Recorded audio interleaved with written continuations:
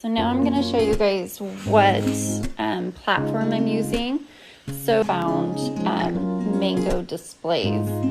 Mango Displays, it is $5 a month to have two calendars, meaning my monthly calendar and my daily calendar displayed in one screen.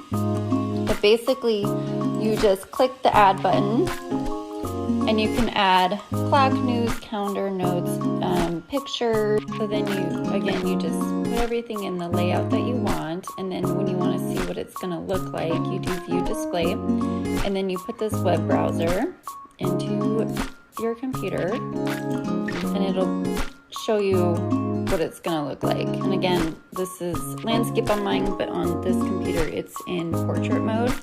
So let's say you want to move this left or right, then you just go back and you move this thing left to right, and you kind of just adjust it. So it's super easy to use. And then you just always display this web browser. And then if you want to actually update your information, then I just go to Google Calendar and I update it here. That's it. So stay tuned. I'm hoping I can finish out the frame today. I'm gonna stain it and yeah, try to make it look not like I have a crazy digital calendar on my wall, but we'll see if it works. Someone already asked me how it's powered. So we drilled through this wall and the cord runs back there and plugs in right where the refrigerator is plugged in. So it was the perfect place. It's like right by the kitchen, right by the door. There's no excuses for anybody to not see it. And we don't have to have a power cord in, the view. So yeah. Okay, you guys, I'm gonna stain the frame. Here's the frame.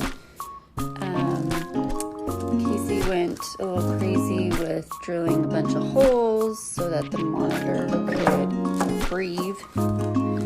And then he routed out little spaces for like the computer part so that it fits perfectly. There's another hole for the power button in case we need it.